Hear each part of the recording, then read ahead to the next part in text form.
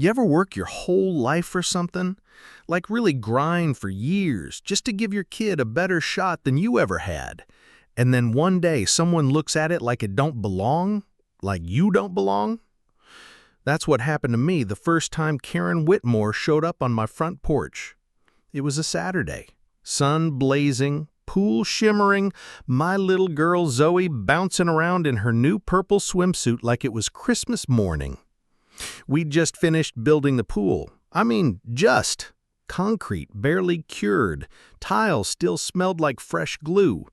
I'd saved for 5 years, worked triple shifts, skipped vacations. That pool wasn't just a backyard feature. It was a damn milestone. Zoe tugged at my shorts. "Daddy, can we swim now?" And I was smiling, reaching for the test strips, safety first, always, when the doorbell rang. I figured it was a delivery or a neighbor with a welcome mat. What I got was Karen. Now, let me paint the picture. She's got that tight smile that doesn't touch her eyes, hair too perfect for someone not expecting company, and a perfume that smelled like money and judgment.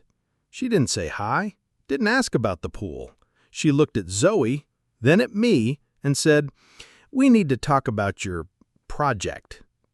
At first, I thought maybe she was just concerned, maybe the trucks during construction, maybe noise. But then she said something about maintaining neighborhood character. I asked what exactly that meant. And y'all, she didn't flinch. "This is a family neighborhood," she said. "We don't need pools attracting crowds." Crowds! She didn't say black people, but she might as well have. I told her we had permits. She said it wasn't about permits, it was about standards. I told her it was my property, and we were done talking. She stuck her foot in the door, literally. Started going off about city ordinances, HOA rules. Newsflash, we don't even have an HOA. And when I reminded her of that, she smiled real slow and said, "We'll see about that." That was her warning shot. 3 days later, code enforcement called. Then the planning department. Then environmental services. Suddenly, my legal, permitted, professionally installed pool was being hit with inspections, notices, and anonymous concerns from neighbors. I knew who was behind it. Diane, my wife, knew too. She's been through enough to smell hate hiding behind paperwork. But I wasn't ready for what came next. Someone called the school pretending to be from Child Protective Services, asked about Zoe, her attendance, our home life. That wasn't just war, that was nuclear. Diane cried when she found out. I felt hollow, like something inside me just cracked. Then Karen showed up in our backyard. Not the front porch, not the sidewalk, no knock, no permission, just strolling in through the gate, taking photos, pretending to check for safety violations. Said she was preparing for a presentation to City Council. I'd thought this was about a pool. Turns out it was about pushing us out. She wasn't alone. One night we drove past her house and saw her living room full of neighbors, pictures of our yard on a poster board. She was holding meetings, rallies, whipping people up over God knows what lies. My daughter saw that. She saw pictures of her pool party dreams being used like evidence at a trial she didn't know we were on. That's when I decided I wasn't going to be polite anymore. See, I didn't grow up with much. A foster kid who clawed his way into college, became a foreman, worked overtime to give his daughter a home with a yard, and I'd be damned if someone like Karen, who rented her house, by the way, was going to scare us off our land. So I called in backup. My old college roommate, Derek, now an investigative journalist, Tommy, my right hand on the job site. We started digging. Found out Karen used to work with a real estate developer, Henderson Development, same folks who tried to buy my lot before I outbid them. Turns out they owned the house Karen lived in, paid her a community improvement stipend. You believe that?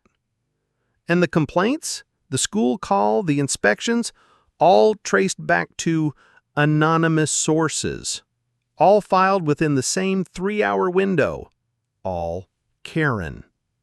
We found 7 other families, Latino, Black, Asian, targeted the same way. Some had moved, some were in court, all had been quietly pushed to sell. So we gathered, met in a union hall with folders and photos and tears and fury. We swapped names of departments, lawyers, patterns of harassment, and most importantly, hope. Then came Thursday.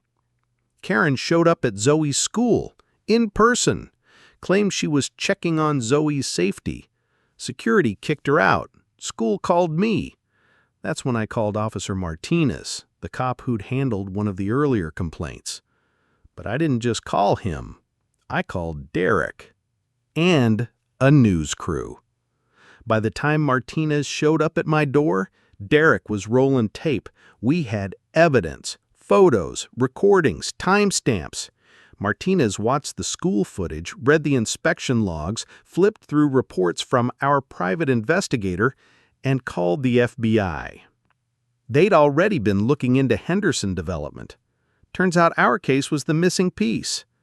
At 6:47 p.m. that evening, Karen answered her door to find not 1, not 2, but 3 law enforcement officials and a federal agent. They read her rights while the cameras rolled. And y'all, Karen lost it.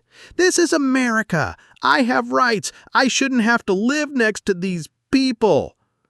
And that's when Officer Martinez laughed. He looked her dead in the eye and said, "Lady, the only person who doesn't belong here is you." It went viral. Of course it did. Karen's meltdown became a symbol. #PoolKaren trended for days. Henderson development stock tanked. Executives got indicted.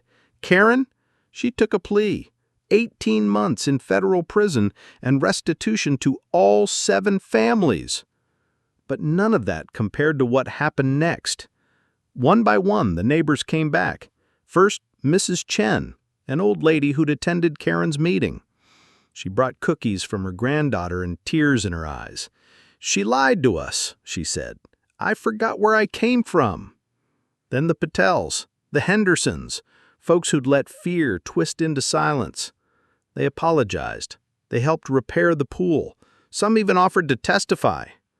And one hot Saturday, 4 months after Karen's knock, Zoe climbed that diving board in her sparkly suit, screamed "Cannonball," and launched herself into the water with a splash that washed the hate right off my heart. Diane and I sat on our patio, new furniture delivered, music playing, lemonade on the table, and watched our daughter swim with kids of every shade, background, story. My yard was full of joy, of people, of home. Karen had tried to poison it, but she forgot something. You can't kill a dream built on love. You can't uproot roots grown through sacrifice. And you can't erase a man's right to be where he belongs. So let me ask you, how many Karens have you seen in your neighborhood? How many battles are being fought quietly, in permits and whispers, behind HOA meetings and fence lines? Drop your story in the comments. Let's shine a light on all the backyards people try to hide. Let's talk about what belonging really means. Because this is our America, and we aren't going anywhere.